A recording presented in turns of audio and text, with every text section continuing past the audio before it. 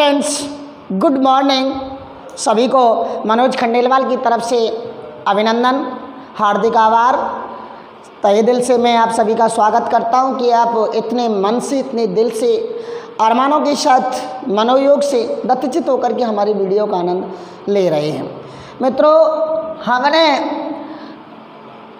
भूषण का पाठ चला रखा था और उस पाठ में 5 कवित्व छंद दिए गए थे, जिनमें हम 3 का अध्ययन कर चुके थे। पहले कवित्व में तो शिवाजी जब युद्ध भूमि में युद्ध के लिए जा रहे हैं तो उसकी सेना का वर्णन, शिवाजी के शौर्य का वर्णन। वो चलते थे तो पहाड़ उखड़ रहे हैं, हाथी जब चल रहे हैं तो उनकी कनपटी से बहने वाले मद से नदी नाले बह रहे हैं, सेना चल रही है, जो धूल उड़ रही है उससे सूर्य भी ढक गया है और सागर जो है हलता हुआ स्थान पर रखे पारे के समान हमें दिखाई दे रहा है। दूसरे कवित्व में शिवाजी जब औरंगजेब के दरबार में जाता है तो औरंगजेब उसे बेइज्जती करने के लिए उससे कम योग्य जो भी है अयोग्य लोगों के सामने उसे खड़ा कर देता है। शिवाजी इसे अपनी बेइज्जती समझते हैं और ना ही वो औरंगजेब को नमस्ते करते, ना ही नम्र वचनों में उसका स्वागत करते हैं। लेकिन जब क्रोध से उसकी लाल अग्नि देखते हैं तो औरंगजेब का चेहरा लज्जाग्नि के कारण काला पड़ जाता है और सिपाहियों के चेहरे उसके क्रोध के कारण, भय के कारण पीले पड़ जाते। तीसरे कवित्व में हमने आपको बताया था कि शिवाजी की वीरता का वर्णन करते हुए, शिवाजी का बखान करते हुए अतिशयोक्ति अलंकार के माध्यम से बताया है कि शिवाजी, इस धरती पर सबसे बड़ा तू ही है। पृथ्वी पर जितने भी जीव हैं उनका लालन पालन पोषण भरणहार सब तू ही कर रहा है, सब कुछ तेरे ही कारण हो रहा है। पृथ्वी का वजन भी तेरे ऊपर टिका हुआ है। हिमाचल, शेषनाग और दिशाओं के हाथी ये तो नाम मात्र के भूधर है, असली में भूधर तो तू ही है। ये तो सब नाम मात्र के, कहने मात्र के भूधर है, असली भूधर तो तू ही है। तेरा जो जन्म हुआ है संसार के भरण पोषण के लिए हुआ है, इसमें विधाता का कोई श्रेय नहीं है। हे साय के पुत्र, हे समर्थ शिवराज, तू सर्वशक्ति मान है। भूषण कवि कह रहे हैं कि तेरा जैसे लोगों का जीना ही सफल है। तेरी जो तलवार है मुगलों का काल बन रही है। यमराज तो धरातल पर बेमतलब की बदनाम हो रहा है, जबकि असली कार्य तो तेरी तलवार कर रही। आज हम चौथे कवित्व छंद पर चलते हैं कि इंद्र जीवी जम पर वाड़व जो अम पर रावण सदम पर।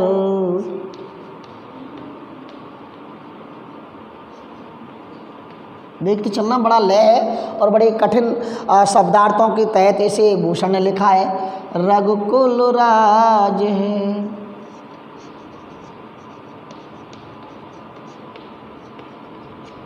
तीसरी लाइन देखिए।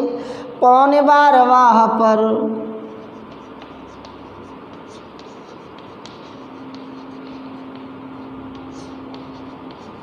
पौन बारी वाह पर संभरत नाह पर।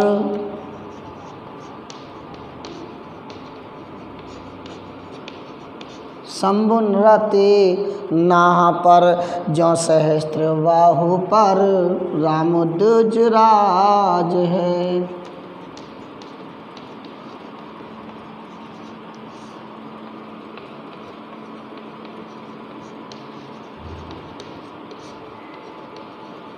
राम दुजराज है। दावा द्रोम दंड पर चिता, दावा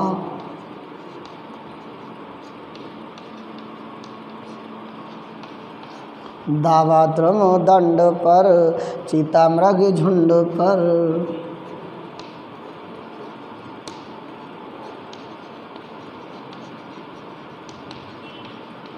दावा द्रम दंड पर चिता मृग झुंड पर भूषण वितुंड पर।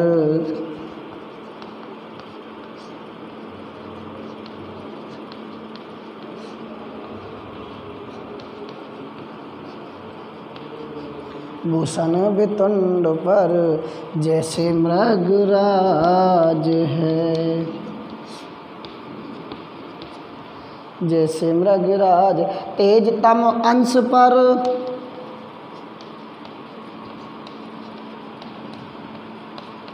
उपमा अलंकार का सुंदर प्रयोग किया गया है। तेज तम अंश पर कान जिम जंस पर, कान जिम कंस पर। कान जिम कंस पर, त्यों मलेच्छ वंश पर शेर शिवराज है।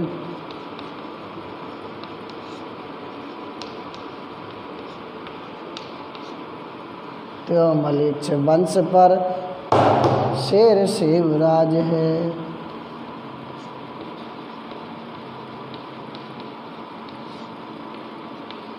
हाँ मित्रों देखिए, अब देखो इसमें क्या दिया गया है। एक शिवाजी को प्रसिद्ध कथानकों की, अनेक कथानकों की उपमा देकर शिवाजी के शौर्य का इसमें वर्णन किया गया है। देखिए साहब, शिवाजी के वीर रस की सुंदर अभिव्यक्ति हुई है, उपमा अलंकार का सुंदर प्रयोग किया गया है। उपमेय एक है, उपमान अनेक है। उपमेय एक है, उपमान अनेक है, इसलिए इसमें मालोपमा अलंकार का प्रयोग किया गया है। उपमेय एक उपमेय की अनेक उपमानों के साथ तुलना की गई है। तो देखें, सबसे पहले तो आता है जिमी। जिमी का अर्थ होता है जैसे या जिस प्रकार। उसके बाद आता है जम्ब। मित्रों, जम्ब एक का नाम यहाँ आया है जम्बासुर राक्षस के लिए। अब देखो, हे भूषण कवि कह रहे कि इंद्र ने जिस प्रकार जम्बासुर नामक दैत्य पर आक्रमण करके उसे मारा था, जिस प्रकार इंद्र किस पर भारी थे? जम्बासुर पर। इंद्र जेमो जम्ब पर, जिस प्रकार इंद्र जम्ब पर, जम्बासुर राक्षस पर, बाड़व कहते हैं बाड़वाग्नि, 4 प्रकार की जैसे आग होती है। एक तो चलता है सर, वन में आग चलती है, वन में आग, उसे कहते हैं दावानल। एक कहते हैं समुंदर में आग, उसे कहते हैं बाड़वानल, बाड़वाग्नि, बाड़वानल। एक कहते हैं पेट की आग, जो भूख कहते हैं ना, भूख, उसे कहते हैं जठरानल ऐसे। और एक बिरह वाली आग होता है, उसे कहते हैं बिरहानल, इस तरह। तो यहाँ हम बात कर रहे कौन से? बाड़वानल की। बाड़व जो अम्ब पर, बाड़व जो अम्ब, अम्ब कहते हैं दोस्तों बादल, या जो जिस पर पानी बरसता है। तो अब देखिए क्या कहा है, जिस प्रकार बाड़वाग्नि जो होती है, समुद्र में लगने वाली जो आग पानी को जलाकर सोख लेती है, तो इंद्र किस पर भारी है? जम्बासुर राक्षस पर। समुद्र में लगने वाली आग किस पर भारी है? समुद्र पर। किस पर? समुद्र पर, पानी पर। रावण सैमिष सहित दम्भमिष घमंड, सैमिष यानी छल कपटी अभिमानी, रावण, रावण सदम्भ पर रघुकुल राज है। जिस प्रकार अधर्मी अभिमानी रावण पर आक्रमण किसने किया? श्री राम ने, श्री राम ने। पौन बारीवाह पर, बारीवाह कहते हैं बादल, बारीवाह किसे कहते हैं? बादल। और पौन किसे कहते हैं? हवा। पौने बारीवाह पर शंभु रतिना पर, शंभु का अर्थ हुआ या शिव, और रति नाम स्वामी। रति के स्वामी कौन हुए? कामदेव। बहुत बड़ी बड़ी कहानियाँ हैं इस पर कि रति के पति थे कामदेव, जो जिसे अपन काम का देव बोलते हैं। बड़ा सुंदर, जिसे ऐतिहासिक ग्रंथों में जैसे बताया गया, तो उसको भस्म करने वाले कौन थे? शिव। कैसे हुए, क्यों, ये कहानियाँ हैं। तो जिस प्रकार शिव ने रति के पति कामदेव को भस्म कर दिया था, जिस प्रकार सहस्त्र भाव कार्तवीर्य जिसे कहा जाता है, जिसके 1000 भुजाएं थी, इस सहस्त्रव्यूह राजा को परशुराम ने आक्रमण कर मार दिया था। राम दुजुराज है, परशुराम सहस्त्रभाव के दुश्मन थे। दावा द्रोमो दंड पर, चीता मृग झुंड पर। दावा कहते हैं सर, दावा कहते दावाग्नि, यानी वन में लगने वाली आग। द्रुमिश पेड़, द्रुमिश पेड़ या जंगली वृक्षों पर जैसे दावाग्नि अपना प्रकोप दिखाती है, और जिस प्रकार चीता मृग झुंड पर, मृग झुंड, मृग झुंड हिरणों के झुंड पर जिस प्रकार चीता या वन राज का आक्रमण रहता है, आतंक छाया रहता है, अथवा हाथियों पर, भूषण बेतुंड पर, बेतुंड का अर्थ होता है हाथी, जैसे मृगराज है, मृगराज का अर्थ होता है सिंह। देखते चलो, तेजमिस आंधे, तेजमिस कहते हैं जिसको, तेज कहते हैं उजाला, भयंकर उजाला, तेज तम, तमिस अंधेरा, तमिस अंधेरा, तमिस क्या है अंधेरा, कि तेज तम अंश पर, कान जिम कंस पर, कि जिस प्रकार सूर्य की किरणें अंधकार को समाप्त कर देती हैं, तेज तम अंश पर, कान जिम कंस पर, उसी प्रकार जिस प्रकार कन्हैया किस पर है, कंस पर, कंस पर आक्रमण, वीरतापूर्वक आक्रमण किया, उसी प्रकार त्यों मलेच्छ वंश पर, शेर से वो राज है। अर्थ देखें आप इसका, कि जिस प्रकार इंद्र जी में जम पर, इंद्र किस पर भारी है, जम्बासुर राक्षस पर, जिस प्रकार इंद्र ने जम्बासुर राक्षस पर आक्रमण करके उस जम्बासुर राक्षस को मार दिया था। यहाँ तक अर्थ देखा, धीरे धीरे समझा रहा हूँ, फिर दिक्कत आएगी। इंद्र जिम, जिम में जिस प्रकार, जम में जम्बासुर राक्षस, जिस प्रकार इंद्र जम्बासुर राक्षस पर, और बाणव कहते समुद्र में लगने वाली आग, समुद्र या पानी पर, रावण सदम पर रघुकुल राज है, और अधर्मी या अभिमानी रावण पर किसका प्रभाव है, किसका, राम का, अर्थात राम ने इस पर आक्रमण कर दिया, इंद्र ने जम्बासुर पर, और बाणवाग ने किसको सुखा दिया, पानी को। पौन बारी वहाँ पर, और बादलों पर किसका प्रभाव है, हवा का। तुम देखिए कितना भयंकर बादल होते हैं, लेकिन जब हवा चलती है तो बादल छट जाते हैं। और समूह रतिना पर, समूह में शिव शंकर, रतिना में कामदेव पर किसका प्रभुत्व है, शिव शंकर भगवान का। जो सहस्त्रबाहु पर, जिस प्रकार सहस्त्रबाहु पर, जो कार्तवीर्य हैं, सहस्त्रबाहु पर किसका प्रभाव है, परशुराम का। दावा द्रुमदंड पर, द्रुमदंड यानी वन के वृक्ष, वन के वृक्षों पर किसका आधिपत्य है, दावानल का, यानी वन में लगने वाली आग। जिस प्रकार हिरणों के झुंड पर किसका आधिपत्य, शेर का या चीता का। भूषण कवि कहते हैं जिस प्रकार हाथियों पर किसका आधिपत्य है, शेर का। तेज तम अंश पर, अंधेरे पर किसका आधिपत्य है, प्रकाश का। कंस पर किसका आधिपत्य है, कन्हैया का। ऐसे ही यहाँ मलेच्छ वंश पर, मुगल वंशों पर, मुगल जितने भी हैं उन पर आतंक छाया रहता है, किसका, शिवाजी का।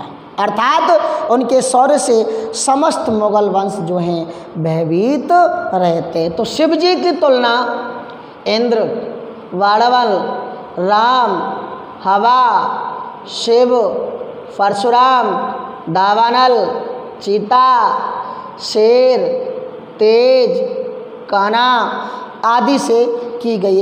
एक उप में अनेक उपमानों का प्रयोग इसमें किया गया। तो कठिन थोड़ा सा कि जिस प्रकार इंद्र ने जम्बासुर राक्षस पर आक्रमण करके मार दिया, बाणवानल समुद्र को शोक लेती है, अहंकारी रावण पर राम ने आक्रमण कर दिया, हवा किसको खत्म कर देती है, बादल को, शंभु ने किसको भस्म कर दिया, कामदेव को, सहस्त्रबाहु को किसने मार दिया, परशुराम ने।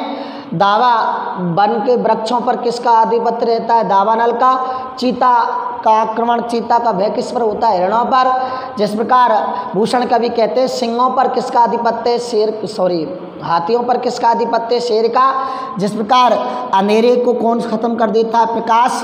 कंस पर आक्रमण करके उसका विनाश किया था कन्हैया ने। ऐसे ही मुगल वंश पर आधिपत्य किसका रहता है, शिवाजी का। शिवाजी से सारे मुगल वंश भयभीत रहते हैं। मैंने आपको ये लिख करके पढ़ करके बताया है। अब अपन का लास्ट जो है चरण वो हमारा वो चलता है, समझ में आ रहा होगा, बहुत स्लो मोशन में मैंने आपको पढ़ाया है।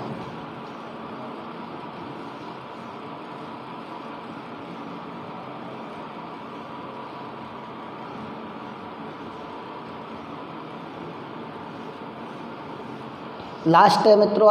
आज के बाद मैं इन पाठों को नहीं पढ़ाऊँगा, तो अंतिम है मेरा, उसके बाद कोई और टीचर आपको पढ़ाएगा। देखें,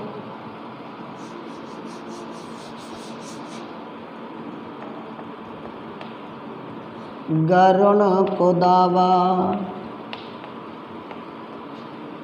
गरुण को दावा जैसे नाग के समूह पर,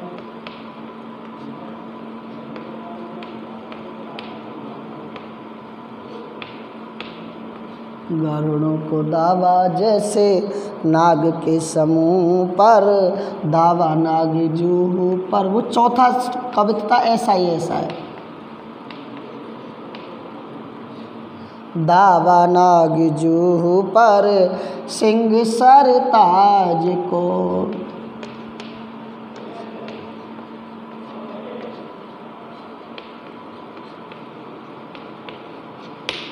सिंह सर ताज को दावा पुरहुत,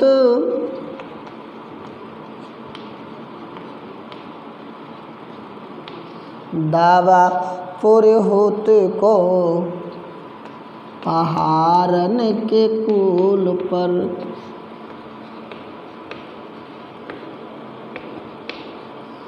पहाड़न के कुल पर, दावा सब पच्छिन के गोल पर बाज को, दावा सब पच्छिन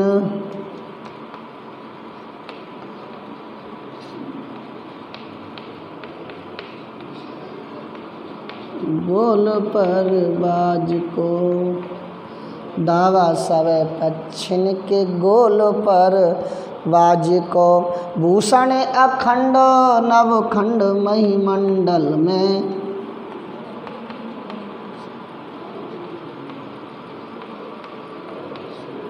भूषण अखंड नवखंड महिमंडल में,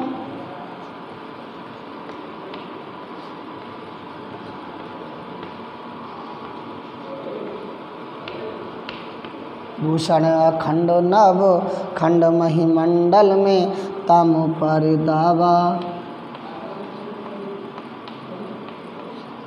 तम पर दावा रवि किरण समाज को,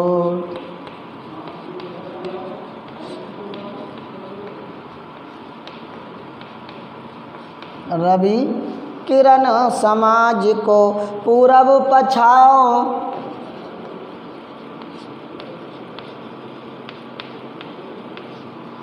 पूरब पछाव देश दक्षिण ते उत्तर लो,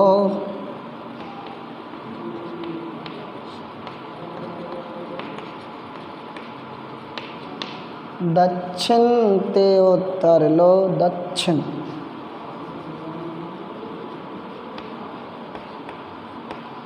दक्षिण ते उत्तर लो, जहाँ पात साई तहाँ दावा शिवराज को,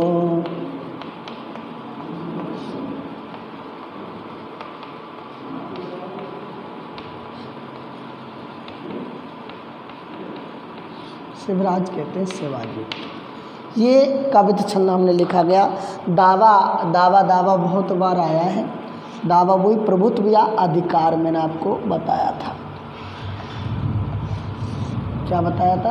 अधिकार, कि जिस प्रकार गरुड़ पर किसका आधिपत्य है, गरुड़ का आधिपत्य किस पर है, वो सारी चीज़ें हमने आपको बताई थी। नाग कहते हैं नाग, यहाँ तो अर्थ आया है सर्प, और यहाँ नाग आया है हाथी, और जूमी समूह, हाथियों के समूह। यानी एक शब्द दो बार आ रहा है, प्रत्येक बार अलग अलग अर्थ आ रहा है। तो एक बात तो याद हो गया हमें कि जहाँ एक शब्द दो बार आता है, अर्थ अलग अलग आते हैं, तो वहाँ यमक अलंकार का प्रयोग किया गया है। और पुरोहित जो शब्द आया यहाँ, ये इंद्र का है, इंद्र के लिए आया है। किसके लिए आया है? पुरोहित इंद्र के लिए। और पातशाही जो होती है यहाँ लास्ट में, ये मुग़ल शासन के लिए आया। जितना भी जहाँ जहाँ तक मुग़ल शासन है वो सब पातशाही है। क्या है? पातशाही है। गोल का अर्थ झुंड होता है। गोल का अर्थ क्या होता है? तो यहाँ विभिन्न उपमानों का उदाहरण दिया, वही चौथे कवित्त की तरह, और शिवाजी की प्रभुत्व को बहुत बड़ा बताया, व्यापक बताया, बहुत एरिया में फैला हुआ बताया। शिवाजी के प्रभाव का चित्रण इसमें किया गया। भूषण कवि कहते हैं कि जिस प्रकार कि गरुण को दावा जैसे नाग के समूह पर, दावा नाग जू पर सिंह सरिताज को, दावा पुरहुत को पहाड़न के कोल पर, दावा सब पक्षिन के गोल पर बाज को। भूषण अखंड नव खंड महिमंडल में तम पर दावा रवि किरण समाज को, पूरब पछाओ दिश दक्षिण ते उत्तर लो, जहाँ पात सही तहाँ दावा सेवराज को। कि जिस प्रकार पक्षीराज गरुड़, गरुड़ इस पक्षियों का राजा आता, दावा में प्रभुत्व अधिकार, कि जिस प्रकार पक्षीराज गरुड़ का प्रभुत्व अधिकार सदा सर्पों के समूह पर होता है। नाग में सर्प समूह पर होता है। जिस प्रकार सिंह जो सरताज होता है, जो बलशाली होता है, जो राजा होता है, उसका प्रभुत्व किस पर रहता है? हाथियों के झुंड पर। लाइन देखते रहना कि जिस प्रकार सर्पों पर प्रभुत्व किसका रहता है? गरुड़ का, दावा में प्रभुत्व। जिस प्रकार सिंह का किस पर प्रभुत्व रहता है? हाथियों के झुंड पर। किस पर रहता है? हाथियों के झुंड पर। और इंद्र का प्रभाव पर्वतों के कुल पर माना जाता है। कहते हैं कि इसकी एक किंवदंती है कि पहाड़ जो थे उड़ते थे, उनके पैर थे, पर थे, तो इंद्र ने इन पहाड़ों के अपने वज्र से पंख काट दिए थे। क्या काट दिए थे? पंख काट दिए थे और निश्चेष्ट कर दिया था, एक जगह पर स्थायी कर दिया था। और तो इंद्र पर्वतों के कुल पर किसका प्रभुत्व माना जाता है? इंद्र का। कहते हैं पहाड़ उड़ते थे, उनके पंख थे, तो इंद्र ने उन पहाड़ों के पंखों को काट दिया था और पहाड़ों को निश्चेष्ट बना दिया था। तो इंद्र का प्रभाव पर्वतों के कुल पर माना जाता है। दावा सवे पक्षिन के गोल पर बाज को, और सभी पक्षियों के झुंड पर किसका प्रभुत्व माना जाता है? बाज का। किसका? सभी पक्षियों के झुंड या गोल पर किसका प्रभुत्व अधिकार माना जाता है? किसका माना जाता है? किसका माना जाता है? बाज का। तो मित्रों कवि यहाँ कह रहे हैं, यहाँ तक 4 लाइन हमने आपको बताई कि गरुणी को दावा जैसे नाग के समूह पर, दावा नाग जू पर सिंह सरिताज को, दावा पुरहुत को पहाड़न के कुल पर, दावा सब पक्षिन के गोला पर बाज को। कि जिस प्रकार गरुड़ का दावा सर्पों पर और सिंह का दावा हाथियों पर, पहाड़ों के कुल पर इंद्र का और पक्षियों के झुंड पर बाज का प्रभुत्व रहता है। तो भूषण कवि ये कहते हैं अखंड नवखंड यानी 9 भागों में या द्वीप, पृथ्वी कितने द्वीपों में बटी हुई है? नवखंड महिमंडल, 9 भागों में या 9 द्वीपों में, जो महाद्वीप और वो सागर जो हमारे बटे हुए हैं, 9 द्वीपों में या 9 भागों में विभक्त पृथ्वी पे व्याप्त अंधकार पर भूषण अखंड नव खंड महिमंडल में, कि पृथ्वी जो अखंड है, अखंड नवखंड यानी अखंड 9 भागों में विभक्त पृथ्वी में व्याप्त अंधकार। भूषण कवि कहते अखंड 9 खंडों में बटी हुई पृथ्वी पर व्याप्त अंधकार, अंधकार में तमिस अंधकार, अंधेरा। भूषण कवि कहते अखंड 9 खंडों 9 भागों में बटी पृथ्वी पर व्याप्त अंधकार पर, व्याप्त अंधकार पर सूर्य की किरणों का, रवि किरण सूर्य की किरणों का दावा या प्रभुत्व रहता है। पूरब पछाओ दिश दक्षिण ते उत्तर लो, पूरब से पश्चिम तक और दक्षिण से उत्तर तक, पूरब से पश्चिम तक और दक्षिण से उत्तर तक, जहाँ पातशाही तहाँ दावा शिवराज को।